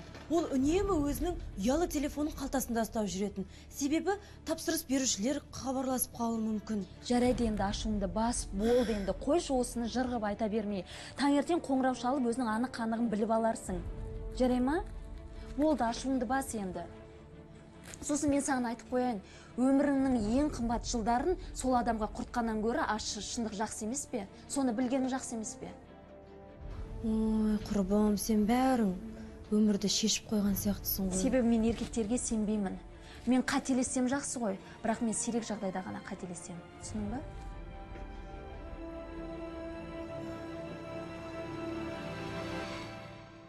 Сол түні Ғазиза ұйықтай алмады. Ол Дастанның қоңырауын күтті. Не үшін телефон тұтқасын көтермегенін айтып түсіндіреді деп үміттенді. Бірақ ол хабарласпады. Ғазиза көз жасын көл қылып, таң ағарып ата бастағанда ұйықтап кетті.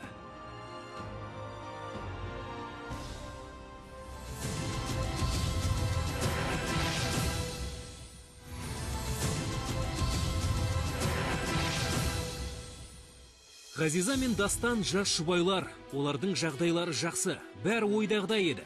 Махаббат та, сыйлы достары да, жанашыр туыстары да, жанға жайлы әдемі пәтерлер де болды. Екі жас өмірге бала келу жайында әзірге ойланбайды.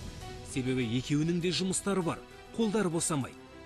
Дастан сәулетші, өзінің жеке студиясы болса, Ғазиза аудармашы. Бірақ бірде Ғазиза өзі жоқта әлдегімнің үйіндегі заттардың орнын ауыстырғанын, тіпті көрпе төсекке дейін араласқанын сезіп қояды. Бірақ Дастан әйелі іс сапардан келгенше үйді жинап қойғанын айтады. Ғазиза күйеуіне сенеді, бірақ оның жақын құрбысының сөздері келіншекті күмәндандырады. Сонда Дастан үйді анасы келіп жинады деп түсіндіреді. Ғазиза ашуын басып Астанаға кетеді. Сол кеште күйеуінің телефонына хабарласады, бірақ ол тұтқаны көтермейді. Келесі күні бозарып ұйқысы қанбаған Ғазиза өз пәтерінің есігін ашып кіреді. Ол іс сапардан келді. Басын неше түрлі жаман ойлар жаулап алған. Егер Дастан үйде болмаса, полицияға хабарласамын деп жоспарлап келеді. Бірақ ас үйден ұйқысы қанған сергек Дастан шыға келеді. Сен? Жаным, не болды? Мен саған кеше түнімен хабарластым ғой. Ұялы телефонына да, үй телефонына да. Неге жауап бермейсің, айтшы? Балапаным мені. Кешірші, мен телефонды көлікке тастап кетпін. Оны таңертең бірақ көрдім. Кеше жұмыста ары-бері жүгіріп жүріп, мен тіпті сені уайымдайды деп ойлаған жоқпын. Ерте үйге келдім де, жатып ұйықтап қалдым. Рас айтам, қатты шаршадым жаным. Ал таңертеңгісін көрмедің ба менің хабарласқанымды? Көрдім. Бірақ сенің ұшаққа мінгеніңді білдім де хабарласпадым. Сен мені есімнен ажыратайын дедің ғой. Мен енді болмағанда полицияға хабарласайын дегем. Ғазиза, қойш болды. Не, тұрмын ғой, сап-саумын, ештеңе болған жоқ. Мен саған бутерброд дайындап қойдым. Білесің ғой мен сені уайымдайтынымды. Оның үстіне анау Эльмирада қайдағы жоқ заттарды айтып, ой, миымды ашып. Эльмира не дейді? Ой, жай. Анау, мынау деп шошытып мені. Енді мысалы не деді? Есіне алмай қош болды, ойламай қош оны. Білесің ғой, Эльмира жақсы қыз, уайымдайды. Сосын кейін маған әр затты, қорқынышты заттарды айтып, мені қорқытып, үрейімді ұшырып тастады. Ой, болды жаным, қош. Сен әзірлеген бутербродты Бутерброд жеп, жеп шай қоя. ішейікші. Ғазизаның күмәні сейіліп, ашуы басылғандай болды. Ол бутербродты жеп отырып күйеуіне қарады. Еш уайымсыз көңілді Дастан. Оның алдауы мүмкін емес. Бірақ сонда да бойында сенбестік қалды. Мен оған сенгім келді, қатты сенгім келді. Бұл жолы да үй жинауға қатысты оқиға болды. Дастан кейінгі кез Кейде бұл өмірде жалғыз қалғандай боласың. Өмірлік серігіңді еш уақытта жолықтырмайтындай сезімде боласың. Біреулерге Құдай бақыт бере салады. Енді біреулердің өмірі азапқа толы болатын емес. Бақытқа лайық екеніңді қалай дәлелдейсің? Қайтсем бар қиындықты жеңіп, махаббат сезіміне бөл. Бұл мүмкін бе? Әр әйел затының әйел бақытына құқы бар емес пе? Тек әркімнің оған барар жолы әр.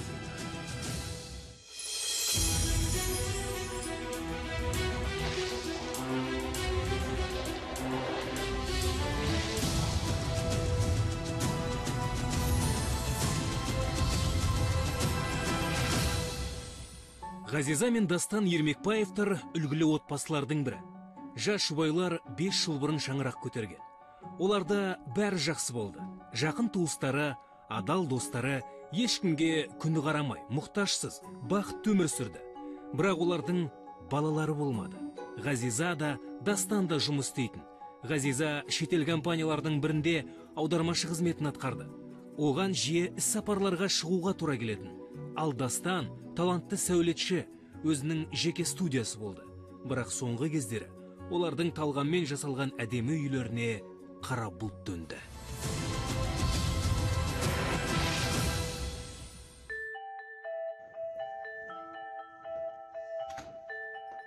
Сол кеште Ғазиза Мәскеуден келген болады. Іс-сапар қиын болып, келіссөз жасау ауырға соқты. Бірақ соңында бәрі ойдағыдай аяқталып, келіншек көтеріңкі көңіл күймен үйіне оралған еді. Бірақ ол жатын бөлмеге кіргенде көңіл күйі күрт түсті. Бір нәрсенің шик екенін сезгендей болды. Дастан, жаным, бергеле қойш. Қымбаттым. Жаным, мен жоқта үйде біреу болды ма? Не айтып тұрсың? Жаным, мен семен ұрсықым кеп тұрған жоқ. Сен бірақ білесің, мен әр заттың өз орында тұратын білемін. Сосын кейін біреудің үйге келгені анық. Қайдағын айтпас жан, түк түсініп тұрған жоқ.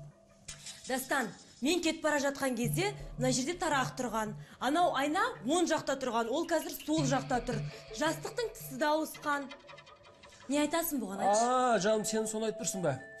Мен сен келет деп үйді жинастырып қойғам. Әйтпесе сен сапардан келген кезде үйді шаң басқан, ыдыс-аяқ жуылмаған деп сен ашуланасың ғой. Сол сенің қамыңды ойлап үй жинағам. Сол кезде шаң сүртем деп айнаны орнынан қозғаған шығармын. Ал жастықтың тісін өзім ауыстырдым. Сен келгенде тап-таза төсекке жатсын деп. Ал суретші? Сурет? Суретке не болды? Дастан, екеуміздің тойдағы түскен суретіміз мына жерде тұрған. Қайда ол, айтшы, қайда? Оны шаң сүртіп жүріп бір жерге қойған шығармын. Жаным, қазір мен қарап көрейін, ол сурет ешқайда кете қойған жоқ. Суретті мен міне салып қойыппын ғой тартпаға. Көрмейсің бе? Жаным, қандай әдемі. Болды. Жаным-ау, қош болды, келесі жол үй жинамай қош бүйтіп. Өзім шаршап келген кезде біраз ашуыма тиіп алдың ғой. Жарайды. Болды, жарайды. Енді үй жұмысына кіріспеймін. Киімімді ауыстыра алайын? Жон, кейін Шынымды айтсам, мұндай нәрселер маған ұнамайды.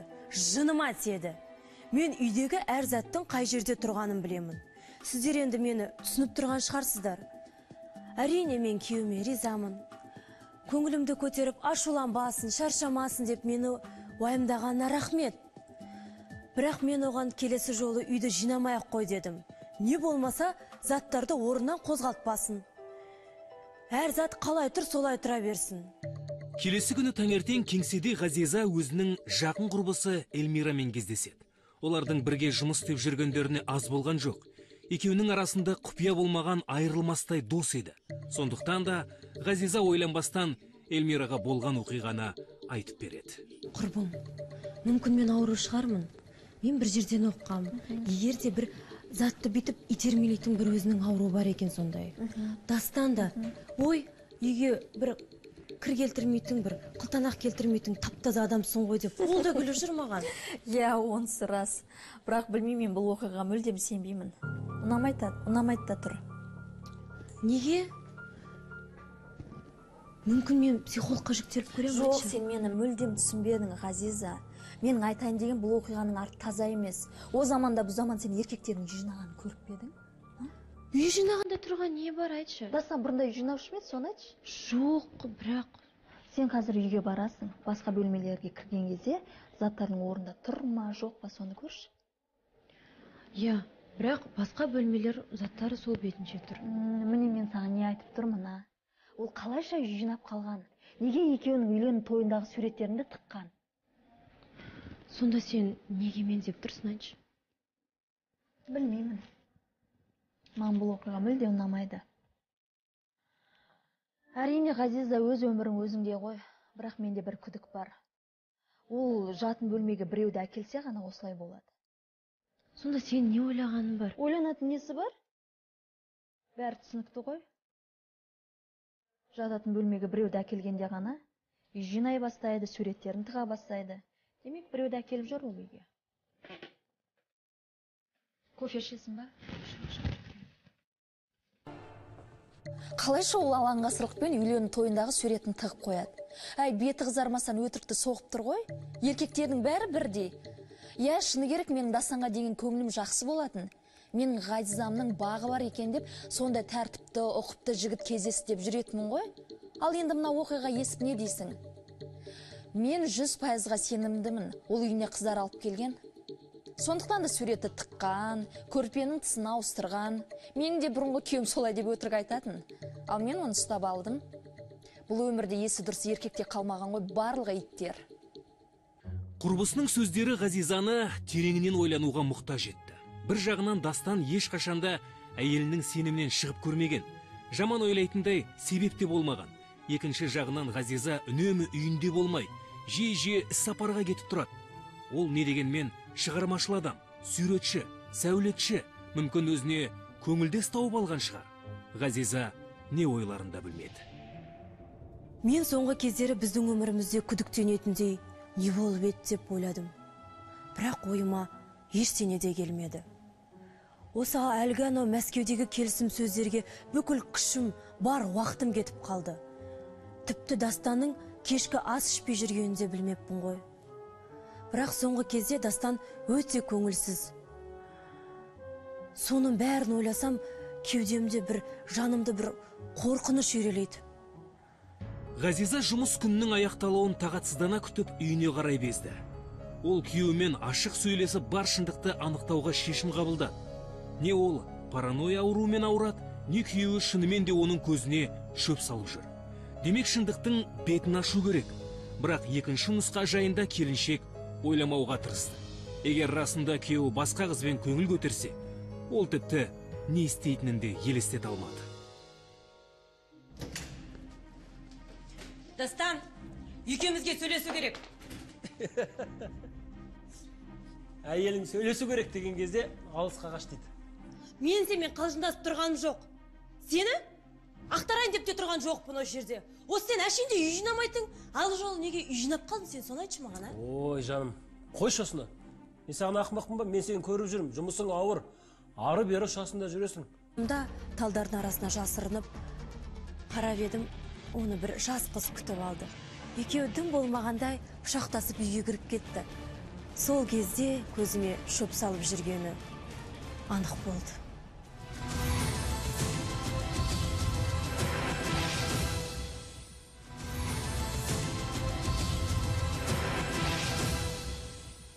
Ғазиза мен Дастан жас әрі әдемі отбасы. Ғазиза ірі компанияда аудармашы, ал Дастанның жеке сәулет студиясы бар. Бірақ олардың отбасылық өміріне сыза түседі.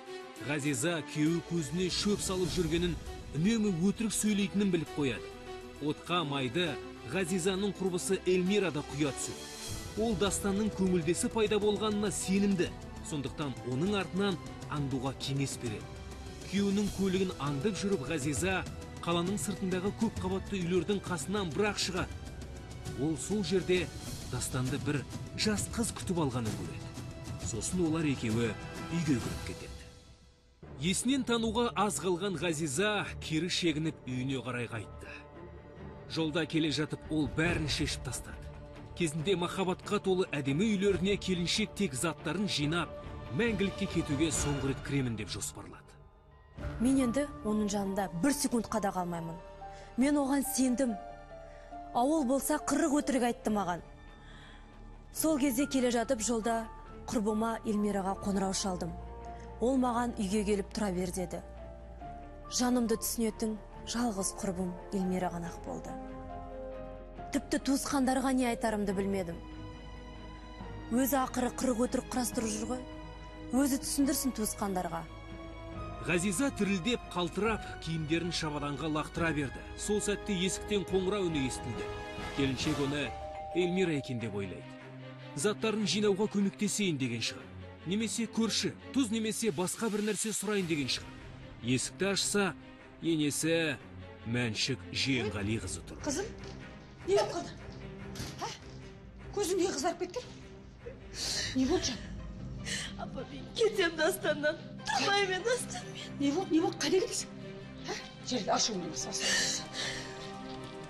Апа, Дастан маған қырық өтірігін айтып жүр. Оның басқа елі бар екен. Қайдағы басқа ел? Не айтып тұрсың өзің? Жарайды, жүр. Ана жолы ол сізді келіп үй жинады деді. Біздің фотомызды да сіз тықты деп айтты.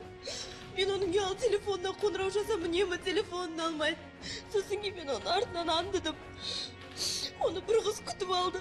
Екеуі шақтасып, үйге кіріп кетті. Тоқта, сен не айтып тұрсың өзі?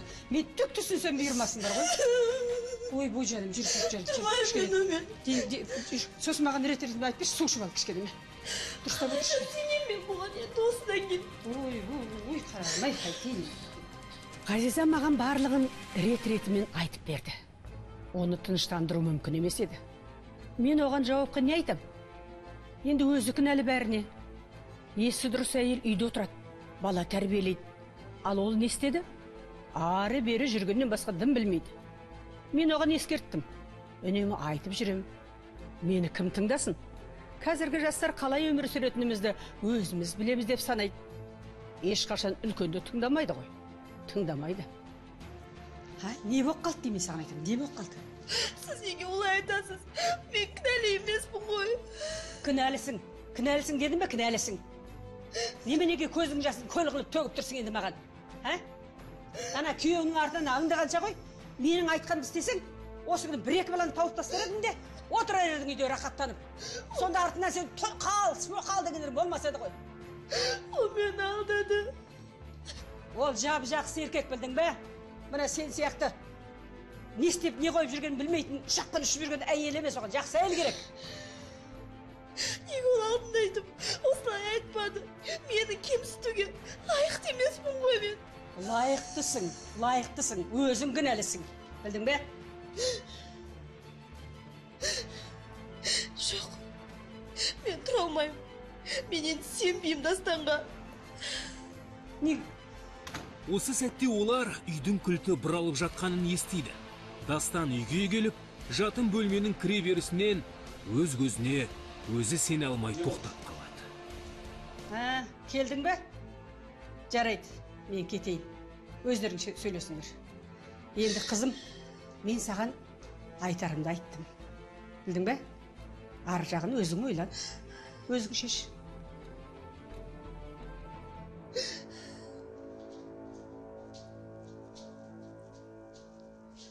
Ғазиза, не болды? Сен Шымкенттедің ғой, неге жылап тұрсың? Мына чабадандар неге шешіп тағасың? Керісінше, мен кетейін деп жатырмын. Түсінбедім. Сенің қырық өтіріктеріне тойдым. Тағы өтірік айтуға келдің ба маған? Айғайлай берме, түсіндірші. Нені түсіндірейін саған? Сен маған алдында айтқансың. Анамыз келіп үйді жинап кетті. Ана суретті де мамам тығып кетті деп. Ол бір ма?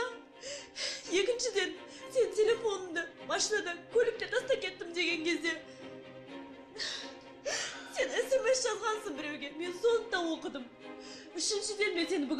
білдім. Сен бір қызбен құшақтасып үйге кіріп кеттің. Ал оған не айтасың? Айтшы маған, не айтасың? Түсінікті. Эльмира ғой сенің басындағы тұрған, е? Не қып сен Эльмирадан көресің? Неге біреуден көресің? Сен өзіңдікін бір мезгіл мойындашы, мойындашы. Сен басқа елің бар. Жаным, қайдағы басқа ел? Не айтып тұрсың? Жаным, тыңда да ашуыңды бас. Иә, мамам келіп үй жинады. Сен білесің ғой оның қандай адам екен. Ол ешқашан оны мойындамайды. Тіпті біз ажырасып жатсақ та мойындамайды. Өйткені сондай адам. Ал телефон ше? Телефон. Иә, мен телефонға SMS жаздым. Ол өзі бір қырсық клиент. Иә, мен мойындаймын, телефонымды көлігіме қалдырған жоқпын. Жай үйге келдім де қатты дым сезбей шаршап ұйықтап қаптым. Содан соң оянған соң жаңағы клиентке жауап жаздым, ол өйткені күні бойы мазамды алды, үйімді қашан келіп көресің деп. Ал саған ертең хабарласам деп ойладым. Жаным, кешірші мені. Қойшы, сен бәрібір өтірік айтасың. Өтірік алдамаймын, жаным. Тыңда да ашуыңды бас. Менікі дұрыс емес шығар, бірақ анамдікі дұрыс. Анам дұрыс айтады, біз уақытымыздың бәрін жұмысқа жібереміз, енді жұмысты туралы ойлатып тоқтату керек. Содан соң отбасымыз жайлы кішкене ойлану керек. Қыздармен қыдырғанша осының бәрін бұрыннан ойлану керек еді. Жаным, түсіндіріп айттым ғой, ол клиент. Бұл өзі жақсы тапсырыс болды. Осы тапсырысты орындап біткен соң екеуміз демалуға барамыз. Европаға барамыз, Вьетнамға барамыз. Жаным, айтшы, қайда барғың келеді?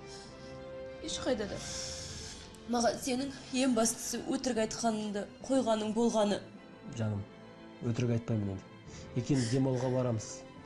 Отбасымыз туралы ойланамыз. Екеуміз есінде ме, армандаушы жоқ па? Ұлымыз болады, содан соң 2 қызымыз болады деп. Балалы боламыз. Осы демалса соның бәрін қолға аламыз. Жай ма, жаным? Сен сонда қыздарға бармадың ба? Жаным-ау, балапаным-ау, қайдағы қыз? Мен сенен басқа ешкімді сүймеймін ғой, жаным. Келші. Мен ештеңкеге қарамастан оған сенгім келді. Ол маған шынайы, жылы сөзбен айтты. Бір аптадан кейін екеуміз демалысқа барамыз деді. Мен қалаған жаққа. Екеуміздің баламыз болады, барлығы де жақсы болады деді. Мүмкін мен жоқ жерден өзім шу шығарып алған шығармын. Негізі әр заттың өзінің жауабы бар ғой.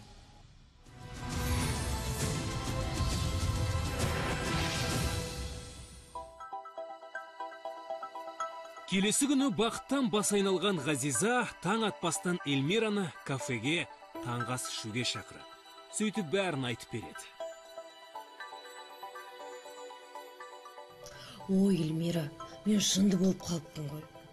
Қалайша мен Дастанды маған көзіме шөп салады деп ойлап жүрдім, а? Ол мүлдем ондай адам емес. Ол өте сыпайы, жақсы. Және де ол мені жақсы көреді екен. Мен білмеймін, жақсы көрсе жақсы көретін шығар. Мен Дастанды жақсы білмеймін да ғой. Бірақ істеп отырған ісі маған ұнамайды. Кім білсін. Бірақ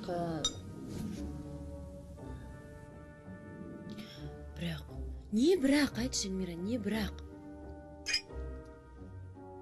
Сен маған айтшы, ана Тыныш аудандағы көп қабатты үйлерге барып келмесең? Я, не болыпты? Не болғанда бұлай? Сен екеуің шетелге барып демалуларың ақша беретіндей бай клиент қайдан тұруы мүмкін? Ол жақта тек қана кедейлер ғана тұрады. Кедейлердің ана біреу 6 метрлік ас үйі бар жұпыны пәтерлеріне. Суретші, сәулетшіге тапсырыс қайдан береді? Оларда ақша қайдан? Мүмкін ол байдың қызы шығар. Есіріп кетпесін деп сондай жерден үй алып берген шығар. Әрбірден соң ол сәулетшінің ақшасын берем депті. Ғазиза, сенің аңқаулығыңа бар ғой, дауа жоқ қой. Сен тіпті ана күйеуіңді ақтап алу үшін не бір әңгімелерді ойластыруға дайын тұрсың ғой. Эльмира, сен қайттан бастадың ба? Не бастаған? Мен ба бастаған? Сен ғой. Әрбірденге мен сені ойлап отырмын. Сосын ана мамасына айтқан әңгімесі жалған шығар. Білмеймін, менің құлағыма сыймай тұр. Енді ол кісі бәрін мойындады, айтты. Мүмкін көкіректенген шығар. Ғазиза, көп сөйлемеші, а? Қандай ана өзінің көкіректігін сақтап қалу үшін баласының отбасын бұзады, а? Есі дұрыс ана мойындар еді, тіпті олай жасамаса да. Сен енді ол кісіні білмейсің ғой.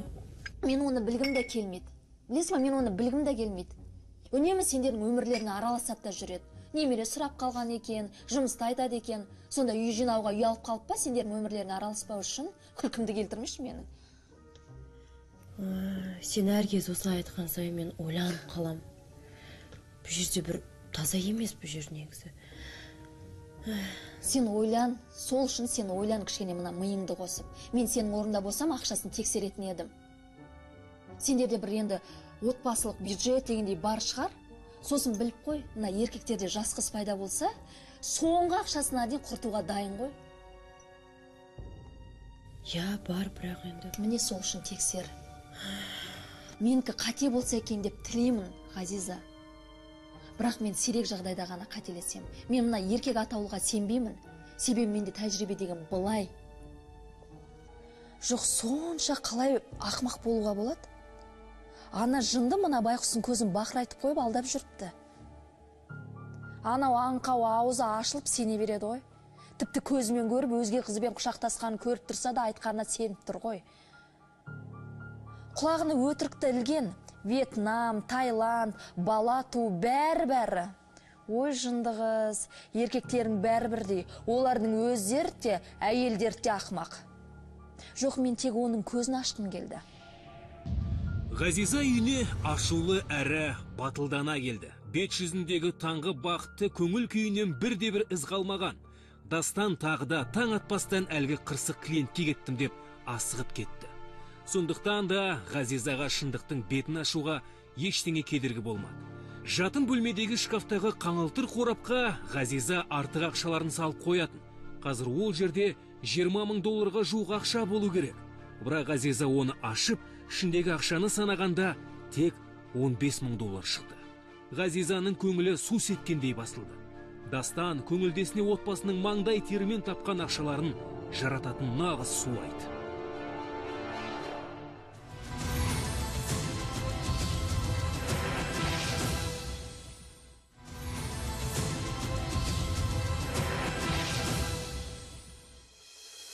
Аудармашы Ғазиза мен сәулетші Дастанның бақытты отбасына қатер төнеді. Ғазиза күйеуін көзіне шөп салып жүр деп күмәнданып, оның бірнеше өтірігін ашқан. Бірде келіншек олардың жатын бөлмесіне әлдегімнің келгенін, заттардың орнын ауыстырғанын, көрпе тыстарын ауыстырғанын сезеді. Бірақ күйеуі анасының келіп үйін жинап кеткенін айтады.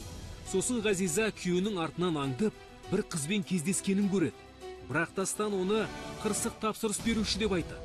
Оның тапсырысы қымбат және сол жұмысты бітірген соң шетелге демалып қайтамыз, бала сүйеміз деп уәде береді. Дегенмен Ғазизаның сыншыл, қырағы құрбысы Эльмира Дастанның сөздерінен кір іздейді. Ол құрбысына отбасылық қорды тексер деп кеңес береді. Сасқалақтаған әйел ақша жинайтын қаңылтыр қорапта $5,000 жетпей тұрғанын көреді. Ақша жоғалғанын түсінген Ғазиза жылаған да жоқ. Енді тек шексіз ашудан басқа сезім қалмағанын ұқты. Ол өтірікші күйеуінің бетіне бар өтірігін жайып салғысы келді. Бірақ Дастанның телефоны байланыс аясынан тыс жерде болды. Сонда Ғазиза Дастанның әлгі көп қабатты үйдегі пәтерін қайта жөндеуге тапсырыс берген қырсық клиентке бара жатқанын есіне түсірді. Мүмкін оның кеңсесіндегі қызметкерлер ана қыздың нөмірін білетін шығар деп ойладым. Мүмкін Дастан алдын ала хатшы қыз қайтып қойған шығар, мен хабарласқан кезде не айту керек екен. Негізі мен сирек хабарласатынмын. Сонда да мен оның нөмірін теріп, ашуымды басып хабарласып көрейін дедім. Оның үстіне Дастан да келіп қалуы мүмкін қазір. Алло? Мен сізді тыңдап тұрмын. Алло, сәлематсыз ба? Мені Дастан Темірбекұлымен қосып жібересіз ба? Кіммен? Дастан Темірбекұлымен. Кешіріңіз, бізде ондай қызметкер жоқ. Сіз нөмірмен қателестіңіз. Ғазиза оған онша бас қатырмады. Себебі шынымен де нөмірді қате тердім деп ойлады. Ол тағы да телефонды алып, күйеуінің кеңсесінің телефон нөмірін мұқият терді. Алло? Бұл тағы да сіз бе? Сіз мен неге жынды қылдырып тұрсыз? Мені міндетті түрде тез Дастан Темірбекұлымен қосып жібердіңіз. Сіз қайда хабарласып тұрсыз өзі? Мен өзімнің күйеуімнің кеңсесіне хабарласып тұрмын. Бойжеткен, мен сізге 100 рет айттым. Ондай сәулетші жоқ мұнда. айғайламаңыз, сосын бұл жерге хабарласпаңыз. Алло. Ғазиза қайта-қайта телефон соқты. Бірақ ол нөмірдегілер оның даусын ести салысымен тұтқаны қойып отырды. Ғазиза өзін жынданып бара жатырмын ба деп сезінді. Ғазиза Эльмираға хабарласты. Осының барлығын бұрын басынан өткендей сезінді. Қорқынышты түс, сұмдық оқиғалар жалғаса берді. Алло, Эльмира? Не болды? Сенің айтқаның айдай келді. Үйде $5000 жоқ. Қоңырау шалсам, көтермейді. Кеңсесіне қоңырау шалсам, бір тышқан телефонды алады да, ол бұл жерде жұмыс істемейді дейді. Болды. Шаршадым мен әбден. Түсінгім де келмейді әрі қарай. Қазір мен киімдерімді жинаймын да сенікіне келем. Осымен бәрін қояйықшы болды. Күт мені, жарай ма? Есік тарс етіп ашылып жабылғанда Ғазиза заттарын жинап жатқан еді. Бірақ бұл жолы ештеңе тыңдағысы келмеді. Тағы да кезекті өтірігін естуге дәті бармады. Не істеп жатсың? Жиналып жатырмын. Бұл жол мен нақты шештім. Кетем мен, болды. Ғазиза, Жолыңа тұрмашы.